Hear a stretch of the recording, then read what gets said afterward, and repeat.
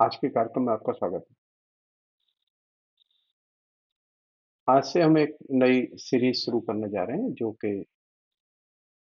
नवरात्र पर केंद्रित होगी और जो देवी स्तुति से जुड़े हुए जो संस्कृत में पाठ हैं उनकी व्याख्या से संबंधित होगी और ये एकदम नए किस्म का एक्सपेरिमेंट है जो मैं आपके सामने कर रहा हूँ। इस प्रसंग में पहली जो चीज है जिसे कायदे से समझने की जरूरत है वो ये कि हम डेमोक्रेसी में रहते हैं और डेमोक्रेसी की रक्षा के लिए धर्म के विकृतीकरण को, धर्म पर होने वाले हमलों को रोकने और उनका जवाब देने की जरूरत है।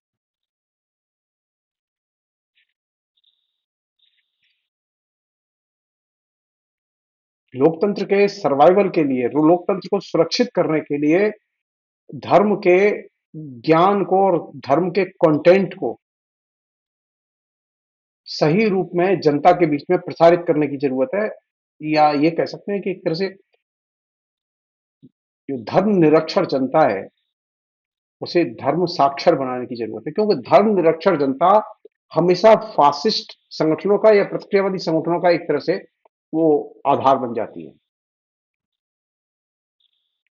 तो अगर हमें एक नई लोकतांत्रिक दुनिया बनानी है, लोगों को लोकतांत्रिक संघर्षों के लिए तैयार करना है, तो हमें धर्म के प्रति सजगता और सचेतनता पैदा करने की जरूरत है।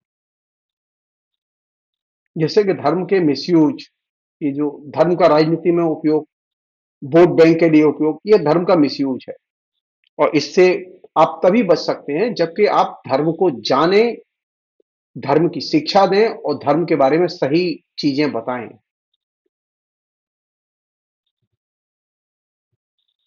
मैं उन लोगों में से नहीं हूं जो कि धर्म को जो है वो एक तरह से घृणा की चीज समझते हैं।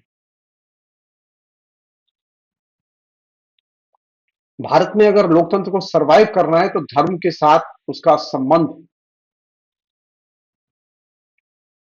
धर्म निरक्षर जनता को धर्म साक्षर बनाने की ओर होना चाहिए।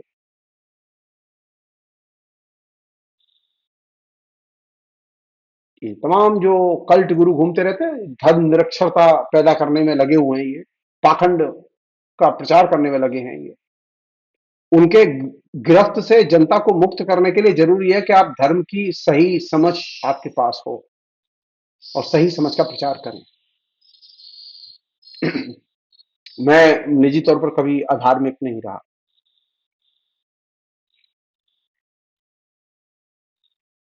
मेरी शिक्षा दीक्षा जो है वो अ, बाकायदा ऐसे लोगों के जरिए हुई जो बड़े धर्मनिष्ठ थे और बड़े अच्छे जानकार थे धर्म के। दीक्षा हुई मेरी शक्ति परंपरा में। तो शाक्तों के ज्ञान संप्रदाय के साथ में मेरा बहुत अच्छा संबंध रहा है। आरंभ में मेरे पिता तंत्र का ही जिसे कहें कि शास्त्र पढ़ाने के पक्ष में थे कि तंत्र की ही जो है इस तरह शिक्षा ली जाए, लेकिन मुसीबत ये थी कि तंत्र का विभाग ही नहीं था। मातृत्व संस्कृत महाविद्यालय जो मथुरा का सबसे महत्वपूर्ण कॉलेज था संस्कृत का, उसमें दर्शन, व्याकरण, वेद, धर्मशास्त्र, साहित्य, न्याय, इन सब के विभाग थे, लेकिन तंत्र का विभाग नहीं था। तो तंत्र की पढ़ाई स्वेच्छा से हुई, लेकिन मेरा जो प्रिय विषय रहा, जो कि केंद्रीय विषय था, वो था सिद्धांत ज्योतिष, जैसे हम लोग गणित ज्योतिष कहते हैं। तो मैं उसकी परंपरा से वाकिफ हूँ। मेरे यहाँ मंदिर भी है। ये बात दीगर है कि उनमें बहुत कम लोग आते हैं, लेकिन बहुत पुराना प्राचीन मंदिर है। दो मंदिर है, हमारे परिवार के लोग हैं सब, पूजा सेवा करते। जो चीज मैं आपसे आज शेयर करना चाहता हूँ वो ये कि ये जो नवरात्र जिसे हम लोग कहते हैं, जो कि शाक्त परंपरा का एक बहुत महत्वपूर्ण महोत्सव है।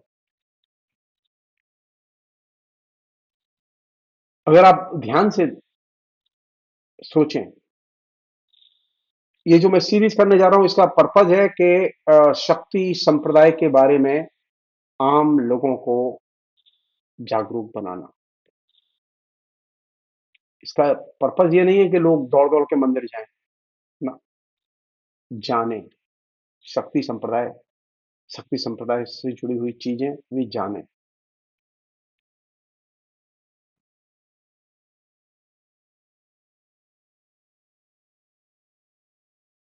और ये जो शक्ति संप्रदाय है जिसमें कि हम लोग हैं, उसकी एक खूबी है कि उसमें हजारों देवियां हैं और इन हजारों देवियों के नाम का महत्व है, जबकि ये तंत्र के दायरे में आती थी।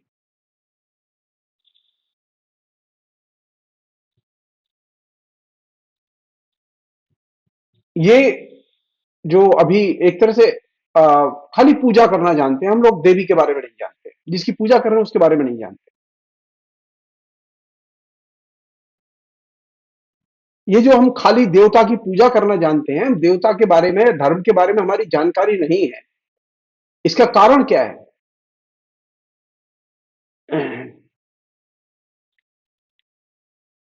इसका कारण है कि हमारे दिमाग में आज भी, आधुनिक काल आने के बाद भी, मध्यकालीन चेतना बनी हुई है।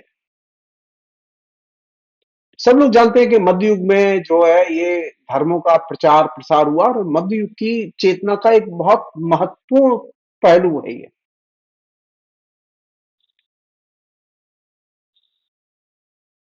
वो ये कि मनुष्य जो है वो ज्ञान, जो असीम ज्ञान है, उस ज्ञान के प्रति जिज्ञासा के भाव को छोड़ता चला जाता है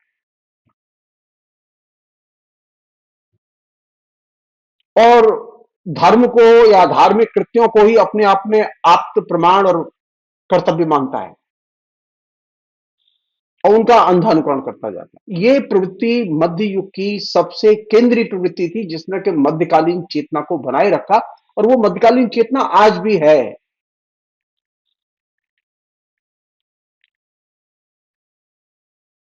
भगवान के बारे में, धर्म के बारे में हम तमाम जो प्रश्न खड़े करने चाहिए, बात करनी चाहिए, वे हम प्रश्न खड़े नहीं करते, बल्कि स्थिति यह है कि हम एक ऐसी दुनिया में चले गए हैं जहां की हमारी जिज्ञासा ही नहीं होती। हमने पूजा कर ली, हमारा काम खत्म हो गया।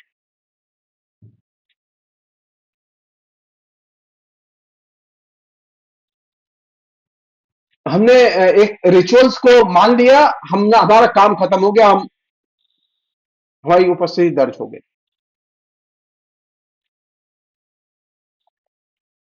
या जो कथन चले आ रहे थे परंपरा में उनका हम अंधानुकरण करते चले जाएं, हमारा काम खत्म हो गया। यानी विवेक का, जिज्ञासा का इस्तेमाल न करना और जिज्ञासा के क्षेत्रों को छोड़ते चले जाना, यह मध्यकालीन चेतना की विशेषता है। यह विशेषता आज भी बनी हुई है और यही वजह है कि धर्म का सबसे ज्यादा दुरुपयोग हमारे बीच में होता है।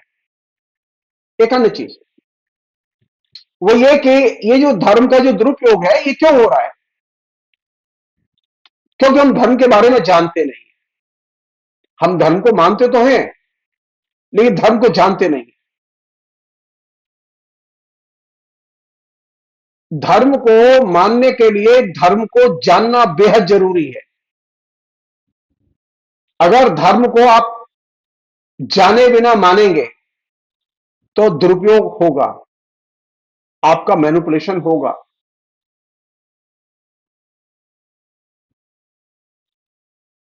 तो अच्छा धार्मिक वह है जो धर्म को जाने और फिर माने। एक अन्य चीज जो कि बहुत ही अच्छी चीज है वो ये कि एक जमाने में मध्यकाल से पहले मंत्र होते थे, मंत्र के आधार पर पूजाएं होती थी, मंत्र अभी भी हैं मौजूद। लेकिन एक मध्य युग में एक परिवर्तन घटा कि मंत्र की जगह नाम स्मरण आ गया। और मंत्र की जगह नाम स्मरण को स्थापित करने में भक्ति आंदोलन के कवियों, लेखकों की, विचारकों की बहुत बड़ी भूमिका थी। उन्होंने मंत्र की बजाय नाम स्मरण को महत्व दिया, मूर्ति की बजाय नाम स्मरण को महत्व दिया। ऐसे भी लोग थे जो मूर्ति की पूजा भी करते थे और नाम का स्मरण करते, मंत्र का जाप नहीं करते। मंत्र के जाप की परंपरा लगातार क्षीण होती चली गई और इसने क्या किया कि जनता के जीवन में धर्म के सहज प्रयोग और उपयोग की संभावनाएं विकसित कर दी।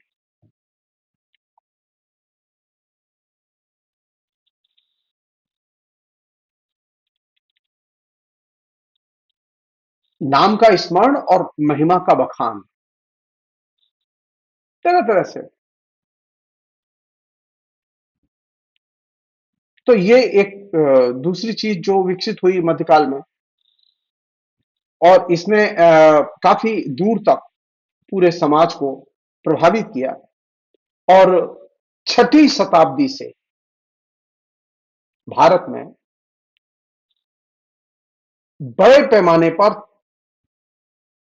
तांत्रिक प्रभाव दिखाई देता है।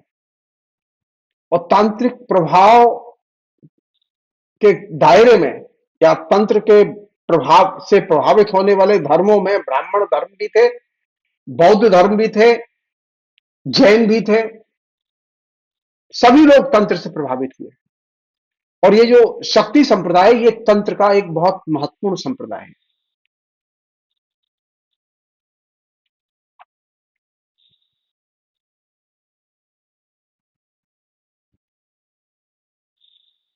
बौद्ध संप्रदाय को तो तांत्रिकों ने इतना प्रभावित किया कि बौद्ध धर्म के जो अंतिम वर्ष थे भारत में, वो तो पूरी तरह से तांत्रिकों के प्रभाव में चले गए।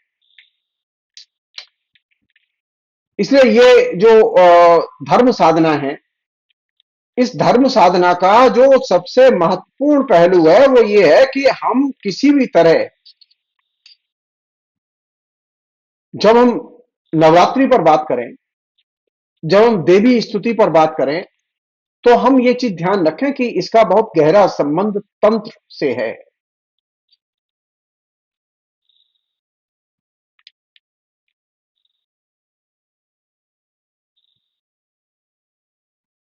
जिसे हम लोग बहुत ही सामान्य भाषा में कहते हैं कि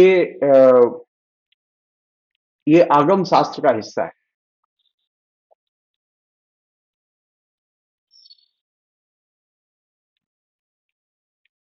या ये सवाल भी कर सकते हैं कि तंत्र कहते किसे हैं? तंत्र के अर्थ अलग अलग शास्त्र में अलग अलग मिलेंगे।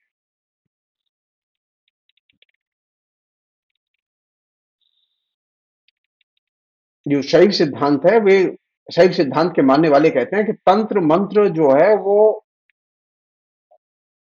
एक तरह से समन्वित विपुल अर्थों का विस्तार है और साधकों की को इससे मुक्ति मिलती है। और वे लोग या और दूसरे लोग भी सभी किस्म के आगमों को तंत्र कहते थे। आगम तीन श्रेणी के थे, जिनमें वैष्णव थे, शैव थे और शाक्त थे। और वैष्णवों के यहाँ संहिता का प्रचलन था, शैव के यहाँ आगम का, और शाक्तों के यहाँ तंत्र। ये इन तीनों के तीन जो है सैद्धांतिक सिस्टम को विकसित करने वाली संरचनाएं थी, आज भी हैं। और इन तीनों का ही मिला जुला नाम आगम और तंत्र रखा गया है।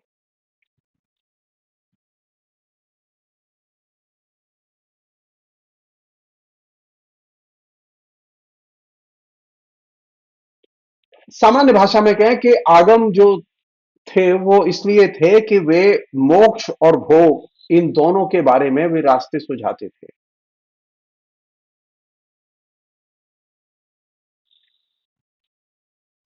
और जो तांत्रिक लोग थे, जो तंत्र संप्रदाय था, उसके बारे में ये जानना जरूरी है कि आखिर ये तांत्रिक थे कौन, तंत्र क्या था।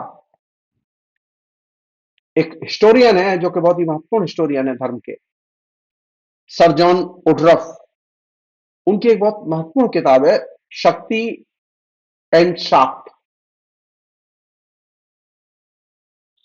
शक्ति एंड शाक्त किताब में सर जॉन उडरफ ने लिखा है कि मंत्र तंत्र न्याय न्यास दीक्षा गुरु, ये सब तंत्र शास्त्र का हिस्सा है।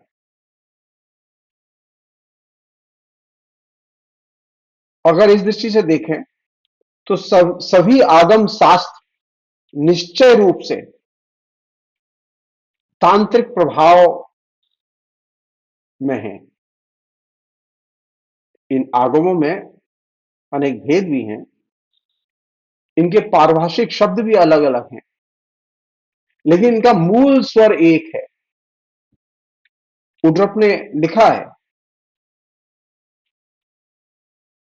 कि इनमें पारिभाषिक शब्दों में भेद होने की वजह से इनके मूल स्वरूप में कोई परिवर्तन नहीं होता और इससे इस भेद से इनका कुछ बनता बिगड़ता नहीं। मसलन पांचरात्रों की भाषा में लक्ष्मी, शक्ति, व्यूह, संकोच ये नाम आते हैं। शाक्तों की भाषा में त्रिपुर सुंदरी, महाकाली, तत्व, कंचुक ये नाम आते हैं। लेकिन ये नाम अलग अलग होने के बावजूद उड्रफ कहते हैं कि इसके एसेंस में कोई फर्क नहीं है।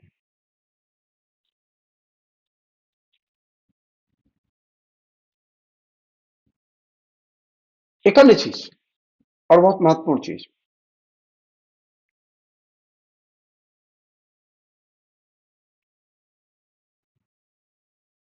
आगमों में भी भेद रहा है। मसलन वैष्णव आगम दो प्रकार के हैं, जिनमें उनमें पंचरात्र संहिताएं हैं और वैखानस संहिताएं हैं। शैवों के कई संप्रदाय हैं, मसलन महेश्वर, लकुल, भैरव, काश्मीर शैव आदि। इसी तरह शाक्तों के 9 आमनाय और 4 संप्रदाय हैं, और जो 4 संप्रदाय हैं वे हैं केरल, कश्मीर, गौड़ और विलास। और ये जो भारतवर्ष का जो बंगाल और आसाम, ये शाक्तों का केंद्र रहा है। वैसे शाक्त पूरे देश में मिलते हैं, लेकिन ये प्रधान केंद्र है।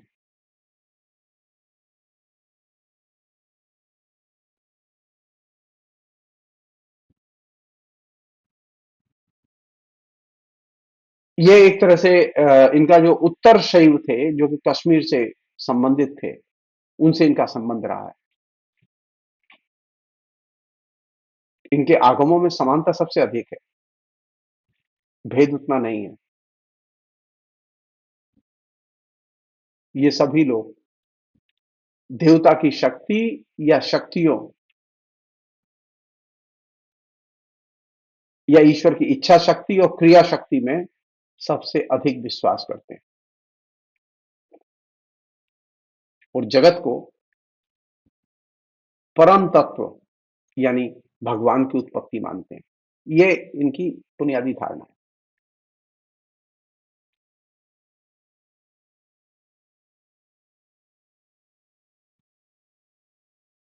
उपासना में ये सभी वर्णों और स्त्री और पुरुष इन सबको उपासना का अधिकारी मानते हैं।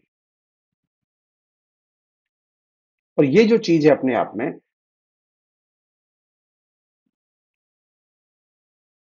उसके अलावा जो चीज उनके बीच में प्रचलन में है वो है मंत्र, बीज, यंत्र, मुद्रा, मुद्रा न्यास, भूत सिद्धि और कुंडलनी, इनकी ये साधना करते हैं। ये इनका ढांचा है। ये जो बेसिक ढांचा है, इस बेसिक ढांचे को आप ध्यान में रखें। और उस चुनौती को ध्यान में रखें जो कि इस बीच में विकसित हुई है, वो ये कि अधिकतर लोग इस वैचारिक ढांचे को भूल गए, उसका अभ्यास ही नहीं करते, जानते ही नहीं। क्यों? क्योंकि अब नाम स्मरण महत्वपूर्ण चीज है। नाम स्मरण से ही भगवान की या देवी की अनुभूति आप महसूस करते हैं। सो पहला जो शिफ्ट, मेजर शिफ्ट, वो ये मध्यकाल में हुआ कि हम धीरे धीरे धीरे धीरे नाम स्मरण की ओर बढ़ गए। अब हम देवियों के नाम जानते हैं, देवियों का इतिहास नहीं जानते, देवियों की पूजा की अलग अलग पद्धति नहीं जानते। क्यों? कहो, उसकी जरूरत नहीं है। हमने मान लिया है कि नाम स्मरण में ही भगवान आ जाते हैं, नाम स्मरण करते ही भगवान आ जाते हैं। ये जो मान्यता है, इसने बहुत बड़े पैमाने पर देवी देवताओं को जनप्रिय बनाने में और जनता को धर्म निरक्षर बनाने में बड़ी मदद की। फिलहाल इतना ही। अगला एपिसोड फिर किसी दिन। बहुत बहुत शुक्रिया। Thank you.